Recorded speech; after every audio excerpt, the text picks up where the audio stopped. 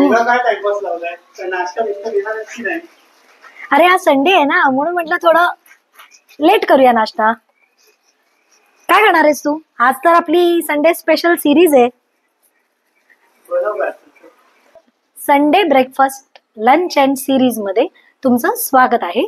तर आपण नाश्त्याला बनवतोय इंडियन पॅनकेक आणि झणझणीत खिमा पाव. तर हे जरा झाले माझ्या झाडांना पाणी घालून, आता व्हिडिओला सुरुवात करूया. चला. आपण हा पॅनकेक इन्स्टंट बनवणार आहोत. तर त्यासाठी मी अर्धा वाटी पोहे घेतलेले आहेत. हे पोहे आपण जे पोहे करतो तेच आहेत, काही बारीक वगैरे नाही, नॉर्मल पोहे. ते मी स्वच्छ धुवून घेतलेले आहेत आणि त्यामध्ये त्याच मापाने अर्धा वाटी रवा, बारीक रवा आणि अर्धा वाटी दही असं घालून मी चांगलं मिक्स केलेलं आहे. कारण आपण ह्याच्यामध्ये कुठलीही डाळ किंवा तांदूळ वापरत नाही आहेत, कारण आपल्याला इन्स्टंट करायचं आहे. हा पॅनकेक तुम्ही मुलांना शाळेच्या डब्यात सुद्धा देऊ शकता. अगदी झटपट होतो आणि टेस्टला सुद्धा छान लागतो. हे जे मिश्रण आपण केलेलं आहे हे आपल्याला मिक्सरमध्ये एकदा फिरवून घ्यायचं आहे. तर तुम्ही बघू शकता मी व्यवस्थित मिक्सरमध्ये फिरवलेलं आहे. तर ते आता झालेलं आहे मिक्सर. हे बघा थोडंसं जाडसर आहे. तर काय करायचं, आपण जो रवा घेतलेला आहे त्याला भिजायला थोडा वेळ लागतो, त्यामुळे मी एकदा मिक्सरला फिरवून घेतलं आहे. आता आपण काय करायचं आहे, हे झाकून ठेवायचं 10 ते 15 मिनिटासाठी. तर 10 ते 15 मिनिटं झालेली आहेत. रवा सुद्धा चांगला फुललेला आहे आणि पोहे सुद्धा त्याच्यामध्ये चांगले एकजीव झालेले आहेत.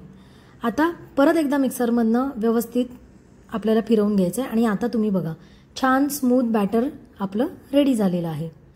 याच्यामध्ये काय करायचं, तुम्हाला जशी कन्सिस्टन्सी हवी आहे तशी आपण पाणी घालायचं त्याचं, पण थोडंच घालायचं पाणी, कारण पॅनकेक तव्यावर टाकल्यानंतर तो पसरायला नको, म्हणून थोडंसं हे बघा असं घट्ट ठेवायचं आहे.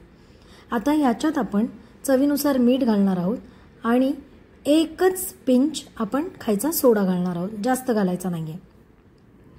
तर हे मी घातलेलं आहे आणि आता बघा हे बघा पीठ पण आपलं हलकं झालेलं आहे आणि छान स्मूथ त्याला टेक्स्चर आलेलं आहे. आता ह्याच्यावरती टॉपिंगसाठी मी कांदा, गाजर, 1 हिरवी मिरची आणि कोथिंबीर हे घेतलेलं आहे.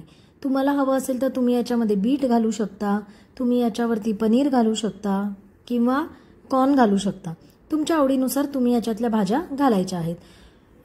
एक फ्रेंच बीन्स आहेत आपले फरसबी, ती पण तुम्ही बारीक करून घालू शकता. वरचं टॉपिंग तुमच्या मर्जीनुसार तुम्ही घेऊ शकता. हे बघा एकदम मी कटरमध्ये एकदम छान बारीक करून घेतलेलं आहे.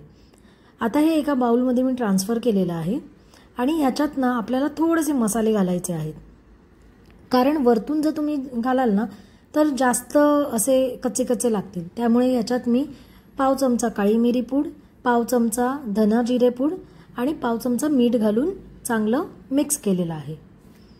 आता एका ठिकाणी मी तवा गरम करायला ठेवलेला आहे, त्याच्यावर थोडंसं तेल मी स्प्रेड केलेलं आहे आणि 1-2-4 पाण्याचे थेंब मी तव्यावर टाकलेले आहेत. असं केल्याने तवा थोडा नॉनस्टिक व्हायला मदत होते. तर आपल्याला आता हे बॅटर कसं घालायचं आहे, आपल्याला थोडंसं पसरवायचं नाही आहे. आपल्याला हे असं बॅटर घेऊन फक्त त्याच्यावरती टाकायचं आहे, पसरवायचं नाही आहे. त्याला तुम्ही 2 पॅनकेक सुद्धा बनवू शकतात. तुमचा जर तवा मोठा असेल तर तुम्ही 3 किंवा 4ही बनवू शकता. छोटे छोटे करायचे आहेत, त्यामुळे आरामात पॅन मोठा असेल तर 3 किंवा 4 बसू शकतील.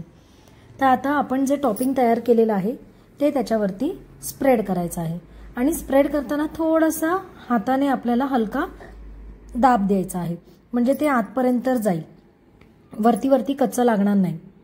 तर पहिल्या पॅनकेकला पण मी केलेलं आहे आणि आता दुसऱ्या पॅनकेकवरती पण मी टॉपिंग टाकून घेत आहे. हे बघा व्हिडिओत दाखवल्याप्रमाणे थोडंसं हलकं हलकं तुम्ही हाताने दाबू शकता. इथे उलटण्याचा वापर करू नका, नाही तर ते पीठ सगळं उलटण्याला चिकटेल. हलकं फक्त करायचं आहे आपल्याला. आणि आता हे जे टॉपिंग्स टाकलेले आहेत त्याच्यावरती आपल्याला चिली फ्लेक्स, ओरिगानो आणि पेरी पेरी मसाला टाकायचा आहे, कारण हे टाकल्याने ना एक असा चटपटीत फ्लेवर येतो पॅनकेकला. आणि आपल्याला हा इंडियन पॅनकेक बनवायचा आहे. तुम्ही बघितलं असेलच की हा मिनी उत्तप्पाच तुम्ही याला म्हणू शकता. पण काय असतं ना, मुलांना थोडी इंग्लिश नावं दिली ना की मुलं बरोबर खातात. तुम्ही जर आता असं म्हटलं ना की मी तुझ्यासाठी उत्तप्पा बनवते तर मुलांची तोंड वाकडी होतात. त्यापेक्षा त्यांना आवडतात ती नावं घ्यायची. इंडियन पॅनकेक घ्यायचं किंवा टोमॅटो ऑमलेट घ्यायचं. काय टोमॅटो ऑमलेट म्हणजे बेसनाचा पोळाच असतो. पण जरा वेगळा सांगितलं ना की मुलं खुश होतात. थोड्या वेगळ्या पद्धतीने जरा सर्व केलं ना की मुलांना आवडतं. त्यामुळे ही अशी नावं घ्यायला लागतात. काही नाही, मिनी उत्तप्पाच आहे हा. पण मुलांना सांगताना मात्र इंडियन पॅनकेक सांगा म्हणजे मुलं आवडीने खातील. तर झाकून ठेवलेलं आहे हे पॅनकेक्स आणि आता झाकण काढून मी बाजूने तेल घालत आहे. कारण थोडंसं तेल घातल्याने ना खालचा जो बॉटम आहे ना त्याचा तो क्रिस्पी होतो.